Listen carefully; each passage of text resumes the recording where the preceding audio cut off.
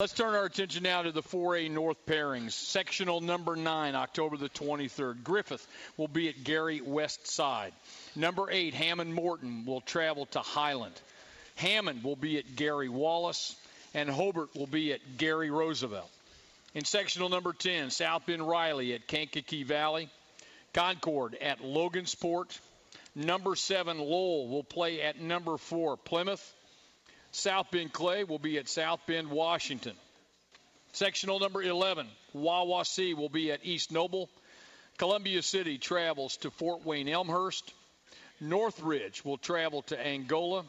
And DeKalb will be on the road at Fort Wayne Bishop Dwenger. They're ranked number 2. They're the 2008 runner-up. In sectional number 12, Jake County plays at New Haven. Fort Wayne will travel to Marion. Number 10, Fort Wayne Southside will play at number 6, Delta. And Muncie Central will be at Muncie Southside. Paul, let's head to sectional number 10, 3 ranked teams. The great matchup to start, Lowell at Plymouth. Sorry, Kirk.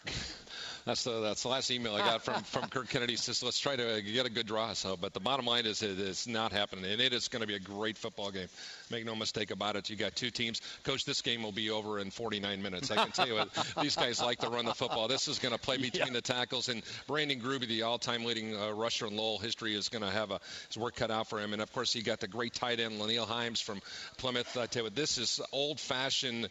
This is get out the old. This is your slobber knocker. There's no question. There's no question. This is a great matchup. And also in that bracket, South Bend, Washington, having a good solid year, ranked number 12, right there for a possible second-round matchup with someone very, very talented. Yeah, they're a very, very athletic team. They will present all kinds of matchup problems. The Dieter boys there can really, really scoot. You know, there's a great matchup in the top half of the bracket. You got a much-improved Logansport team, and you've got an athletic team in Concord that likes to throw the football all over the place. There's a kind of interesting and contrasting styles as well. They're Yoder, the great junior quarterback, and they've got 2 outstanding freshmen who have done a great job.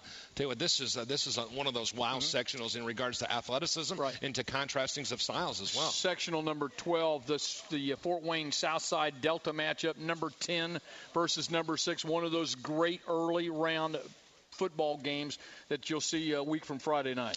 You know, I tell you what, you look at the Delta scenario, and of course the final of the young boys are coming through there, and he can just flat out go. We were talking with Doug Peacock from Mount Vernon earlier. He says anything that's even close to that guy, he's going to catch. He's one of the premier wide receivers in the state of Indiana, and tell you what, Ozzie man who can get it to him. Logan Young, 940 yards and 12 touchdowns, and they got a pretty good running back in Teddy Dawson. So Delta is going to be a team that's going to be very, very difficult to play and to match up with.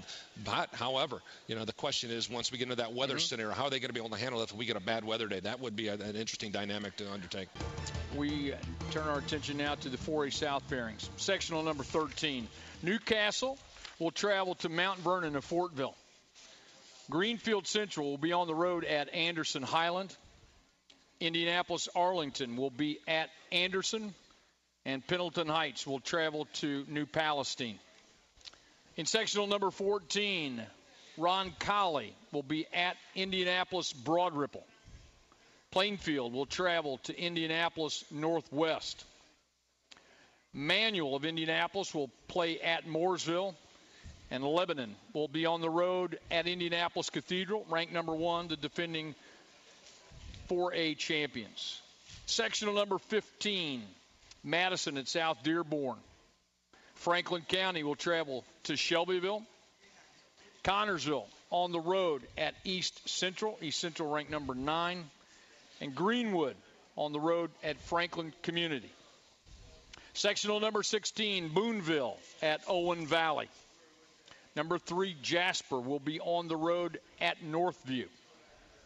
Seymour will be at number 5, Evansville Rights. And Evansville Central will be on the road at Evansville Harrison.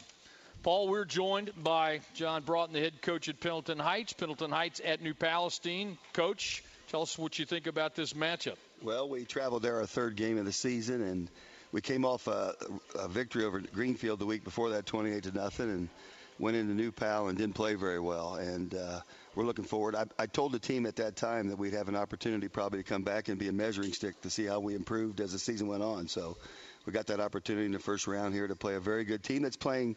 New Pal's playing about as well as anybody in our sectional right now. I think they are. Well, Coach, we appreciate you taking time. John Broughton, the head coach at Pendleton Heights. They'll be at New Palestine, sectional number 13. Thank you so much. Thank you very much. Best of luck on Friday. Staying in sectional number 13, Mount Vernon of Fortville will be hosting Newcastle on Friday, the 23rd of October. We're joined by the head coach of the Marauders, Doug Peacock. Coach, tell me about the matchup. There's a lot of teams in there we haven't seen play. We're going to be pouring over a few films in the next there's few going to be days. some film work going on. The Hoosier Heritage Conference got split up pretty good there, and we're real familiar with a lot of guys like John was talking that we've played a lot of people in there, but there's a lot of folks we haven't seen at all. You got a real special player, and then Trey Ross. He's the guy who he's the straw that stirs the drink, isn't he? Trey has having a great year for us. Just pounds the ball in really, really hard. A talented kid that we really like. Coach Peacock, Doug Peacock from Mount Vernon of Fortville. In sectional 13, they're hosting Newcastle. Coach, thank you so much. You're very welcome, Bob. Thank you very much. Bruce Cyphers joins us, the head football coach at Ron Colley of Indianapolis. In sectional number 14, the Rebels will be on the road at Broad Ripple of Indianapolis. Bruce, for the first time in a while, you don't have to prepare to play Cathedral in that opening round. You're on the road against a Broad Ripple team, a dangerous Broad Ripple team. Yes, we are.